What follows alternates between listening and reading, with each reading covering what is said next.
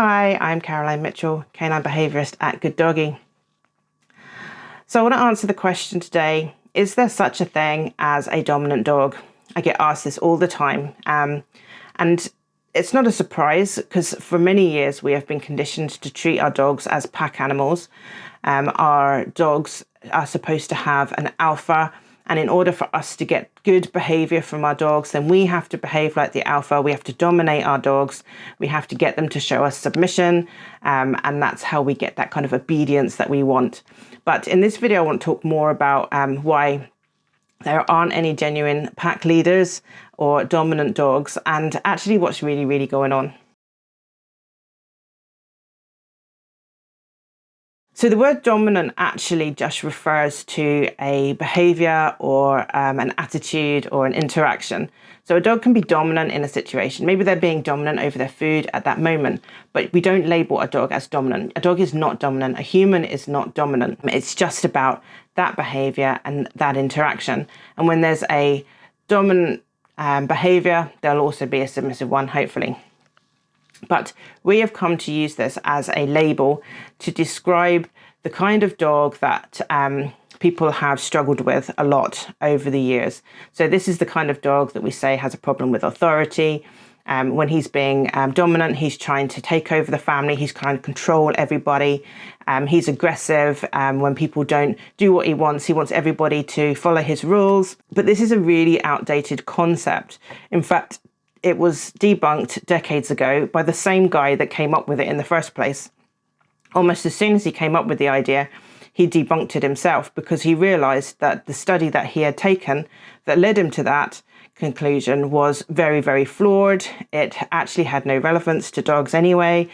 He was studying wolves, but it wasn't even a wild wolf pack. There was so much wrong with that study. And since then, of course, they've come up with much better theories. But when they were first established, this pack leader theory became the gold standard very quickly for understanding dog behavior and changing it.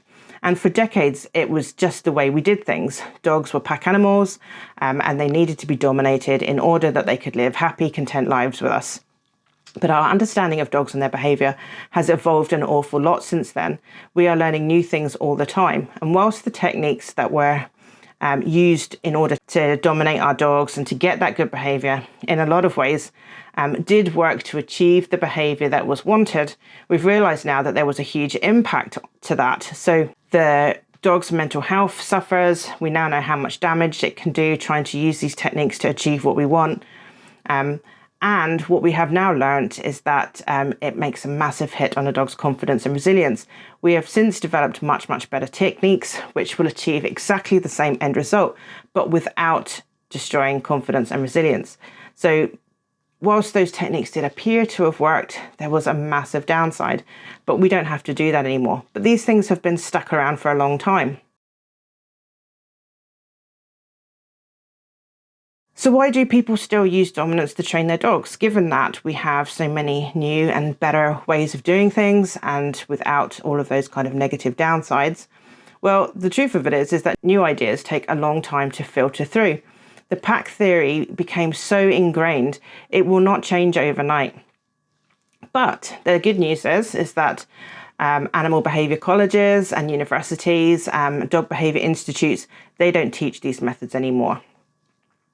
These methods are also not supported by most professional regulatory bodies. So people like the Kennel Club and other kinds of dog trainer and behaviourist regulatory bodies don't support these things. And really big organisations that are huge on training dogs, like the Guide Dogs for the Blind and trainers that train support dogs and things like that, they have switched away from these methods too, because just like science tells us, there is a much better way which doesn't have any of these negative downsides. Along with that, dominance-based tools and aversive tools like e-collars and prong collars and things like that are also slowly being banned throughout the world. So it's only a matter of time, but it does take a lot of time for this to change. This was such an ingrained way of thinking about our dogs that we've all struggled to kind of change that mindset. It's what we've always done. Even with children and, you know, how we used to teach children in schools and the kind of methods we used to do to discipline, that's taking time to filter through. But thankfully, that's a little bit ahead. So dogs will follow through. in the end. If you're still not convinced, let's just imagine that there was such a thing as a dominant dog, really. The kind of dog that is trying to dominate your household. He's trying to control everybody. He's trying to steal your food. He's trying to assert himself constantly. I mean, he would be very difficult to manage, uncontrollable, hard to train. That kind of dog is very independent. They have their own ideas. They have their own rules and boundaries. And if there was such a dog as the dominant dog, then this would not be a fun dog to live with. They'd be very, very hard to live with, in fact. And they certainly wouldn't be displaying any of the traits that we look for when we breed dogs. For decades, we have bred dogs mainly for two things.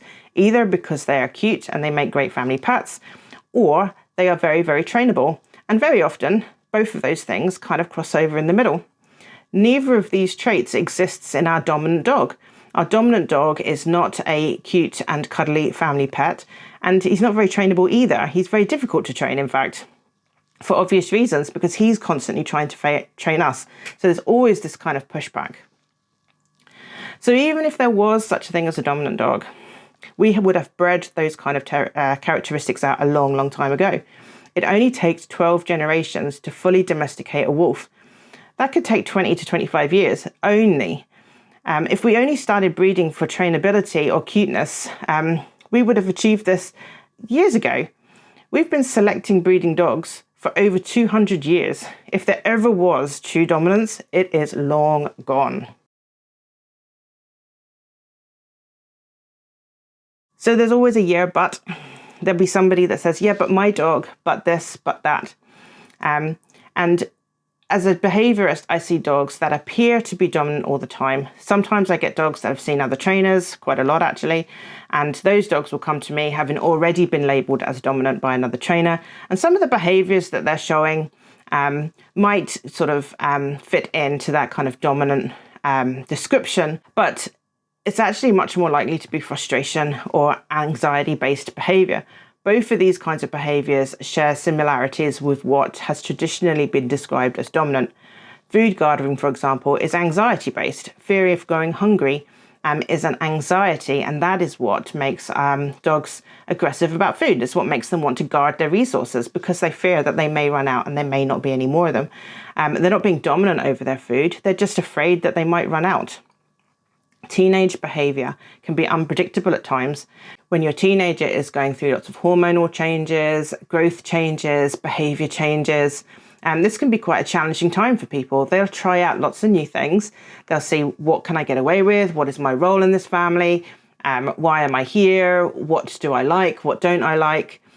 So that can look quite dominant, and often the teenage years, the teenage months in dogs, can be very, very challenging and are very often described as your teenager trying to dominate everybody. They're not. They're frustrated, they are anxious, they are confident, they are all different things on all different days. And that's why their behaviour feels very challenging. Hormones can be connected to aggressive behaviour too. And aggression is also not a behaviour state, it's a method of communication that has got out of hand. Aggressive behaviour happens when earlier communication has failed. If a dog is afraid of something, they will try to avoid it in the first instance. Then they will try and maybe make their position a bit more obvious. So backing away, avoiding eye contact, things like that may not be very noticeable.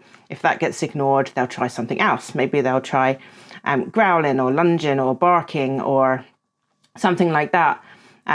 When that is ignored, then we move up the scale to a new set of behaviours, which we label as aggression. Lead pulling can start from anxiety about leads and harnesses. It can be a habit that's developed over time. It can be overexcitement. Lead pulling is not a dominant behaviour. Humping is not a dominant behaviour. Humping is just a way of expressing a primal need. It's also good for attracting an audience sometimes. It can be good for relieving frustration. But no animal has ever used a kind of a sexual behaviour as a way to devalue another. We don't weaponize sex. Humans maybe, but dogs and other animals don't do this. We don't use this as a way to belittle other animals. So you can see that a lot of what we think of as dominant behaviour has actually started off as anxiety. It's a dog that is trying to cope in a chaotic world, and that's really, really stressful. If you really want to solve this kind of behaviour, then the very first step is to go back to basics and include some consistency and routine into a dog's life. That is the antidote to chaos. When dogs are panicking and stressed out because of a chaotic life, consistency and routine is the antidote for that. They don't need a pack leader. They don't need somebody to prove their worthiness to them by withholding their food just because they can. See the video called The Empty Bowl if you want to know more about what that was about. We don't need to make our dogs walk behind us. We don't need to move off their bed just to prove that we can do that as well, you know. It's just much easier than that. Be consistent with our training, create a routine, advocate for our dog. When your dog's trying to tell you something, listen. They won't need to go to the lengths of being aggressive. Understand that they have needs and they have emotions and they have feelings. And once we start to look at those for what they are, then we realise that actually most of the time these dogs are just struggling to cope in a stressful world. So hopefully that's helped understand whether there is such a thing as a dominant dog. Hopefully you can see that there is not, and you've got some ideas about how to get on. See you in the next video. Take care for now. Bye-bye.